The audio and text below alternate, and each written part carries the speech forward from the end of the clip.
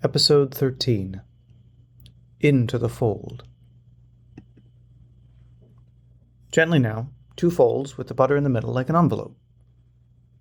This was Sunday, my eyes sometimes on the coarse dough between my fingers, sometimes on the shirtless skateboarders gliding up and down the street in the morning sun. Never on my grandmother, teaching me the nuances of pastry with her trademark infinite patience. I lived in an idyllic neighborhood at the time. You can probably picture it, the crisply manicured lawns impossibly green, dome-topped trees lining the streets all the same size, the smell of doughy croissants wafting out of windows. Not a crack in the sidewalk. And sure, maybe in some 1960s Christopher Isherwood novel, shirtless skateboarders wouldn't have fit the scene, but in my neighborhood they did. Scrawny teens whizzing to the corner and back atop their Santa Cruz boards in baggy black jeans. Mothers speed-walking down the sidewalks in off-brand tennis shoes. Octogenarians blasting Pink Floyd while tending to their rose bushes. That was Stormy Heights. Perfect. Or, it was perfect.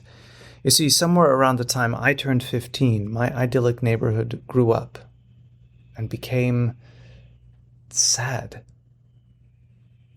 The first time I sensed it, I was walking home from the Stormy Arcade across from the high school. It was dusk, almost dark, but for some reason Mr. Mellencamp was still tending to his rose bushes. The wall blared out from his kitchen window. Hey there, Mr. Mellencamp, you're out here late. I thought you liked to tend to Rosie in the morning." Rosie was what he called his rose bushes. The white ones, the red ones, all of them just Rosie. It took him a minute, but he put his shears down and lifted his head, squinting like he was looking into the sun. "Is that Frank? Who's that?" No, it's Stephen, Mr. Mellencamp, from across the street." "Who?" Sure, the kid, yeah." His head dropped back down to the rose bush, and he picked up the shears. He paused for a second, mumbled something incoherent, and started cutting the heads off his white roses. "You're gone, and you're gone, and you're gone." His voice was somewhat sing-songy. "Everything okay, Mr. Mellencamp? Something wrong with Rosie?" "Who?" "Rosie, your rose bush." He didn't acknowledge me. His eyes were elsewhere, trying to understand something. More mumbling followed. "Must, if it too white before Sunday, cut it off." He went back at it, beheading at least a dozen prized roses before he got up in a hurry. "The phone! I'm sure that was the phone I heard. I'll be right back, Hilda." Off he went, leaving a rusty pair of shears and rose flowers littering the dirt. All I could do was seem to watch, perplexed. And after calling after him a few times with no response, I delivered his shears to the stoop. I walked home, slowly, looking over my shoulder from time to time, just to see if he had returned to the front garden. No sign of him, just the fading tones of the Floyd darkening the neighborhood. "You slip out of your depth and out of your mind," they sang, with your fear flowing out behind you. Grandpa was 90-something when he died, something like that. He was so old the number didn't really mean much, and honestly, I didn't know him. I'd get the requisite birthday card every year with a $20 check. The memo line always read, "Get something nice." But other than that, he was a figure in dog-eared pictures. Mom said he fought in the war, and I don't remember which one, but I'm sure it wasn't a good one. Not like fighting the Nazis, she said. It always made her angry to think about. Still, she said I had to go to his funeral. I dressed up in my dad's hand-me-down suit, 2 sizes too big. I looked like an amateur clown going to a job interview, but no matter. We piled into our lime green station wagon and drove some 45 minutes to a cemetery that stretched to eternity. Seriously, headstones as far as the eye could see. Grandpa's burial spot was small. Mom said we'd come visit every month, but I had no idea how we'd find it again, a lone star in the dark expanse of dead people. We sat in folding chairs beneath the scorching hot sun, all in black, for an hour, while a man in white mumbled over Grandpa's casket. Before they lowered it into the ground, 4 men in uniform elaborately folded the American flag into a perfect equilateral triangle and handed it to my grandma. She must have seen me screw up my face in confusion because she put her hand on my shoulder.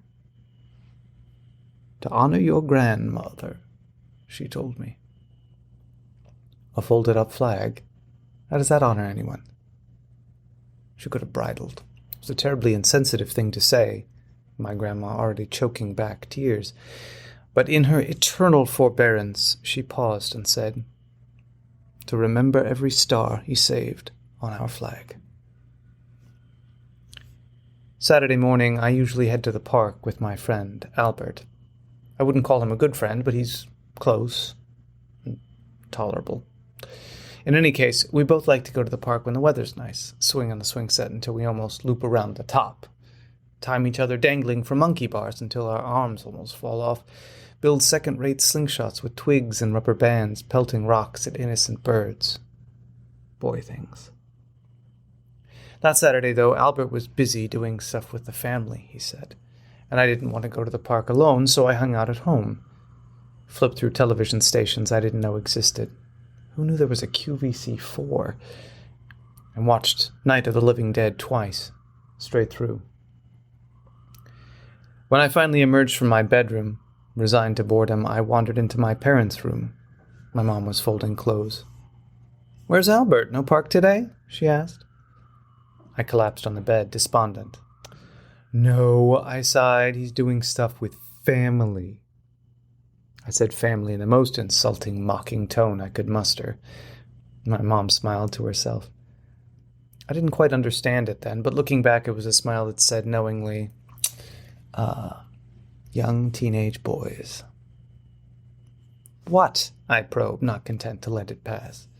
"Oh, nothing. If you're so bored, why don't you help me fold these clothes?" "Mom, I'm not that bored." She pursed her lips like a muppet and glared at me while she trifolded my boxers. "Fine," I relented, knowing full well I had nothing better to do. So we stood, folding in silence. In the background I could hear shears clipping, lawnmowers humming, skateboard wheels grinding against the asphalt. "I miss Grandma," I said. We both stopped mid-fold. "I know," Mom said. She let it linger in the air, a quiet acknowledgement that death isn't something that we solve, just embrace, slowly, painfully. "Hey, how about you and I make some croissants tomorrow? It's been a while. I think I have Grandma's recipe somewhere." But I paused. It felt somehow wrong to make those croissants without Grandma. The makings of buttery treachery. But I relented. "Sure," I finally said, taking up the folding again. "But this time, can we add chocolate?" "I'm sure we can make that happen," Mom smiled. In the distance, we could hear Mr. Mellencamp yelling at the skateboarders, getting too close to his rose bushes. Pink Floyd punctuated the yells. Mr. Mellencamp died on a Sunday. Aneurysm, Mom said. He was 86. A surprise, but he led a good life. Signs littered the neighborhood for an estate sale to clear out his junk. A bit of a hoarder, apparently.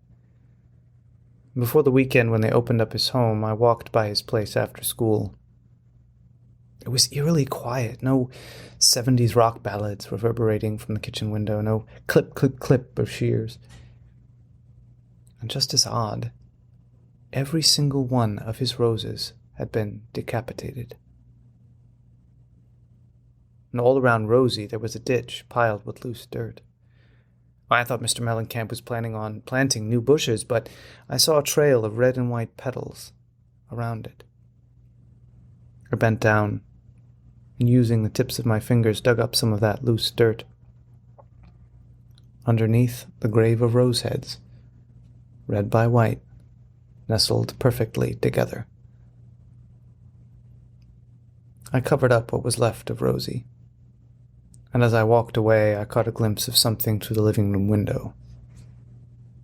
The Marine Corps flag, unapologetically red and white.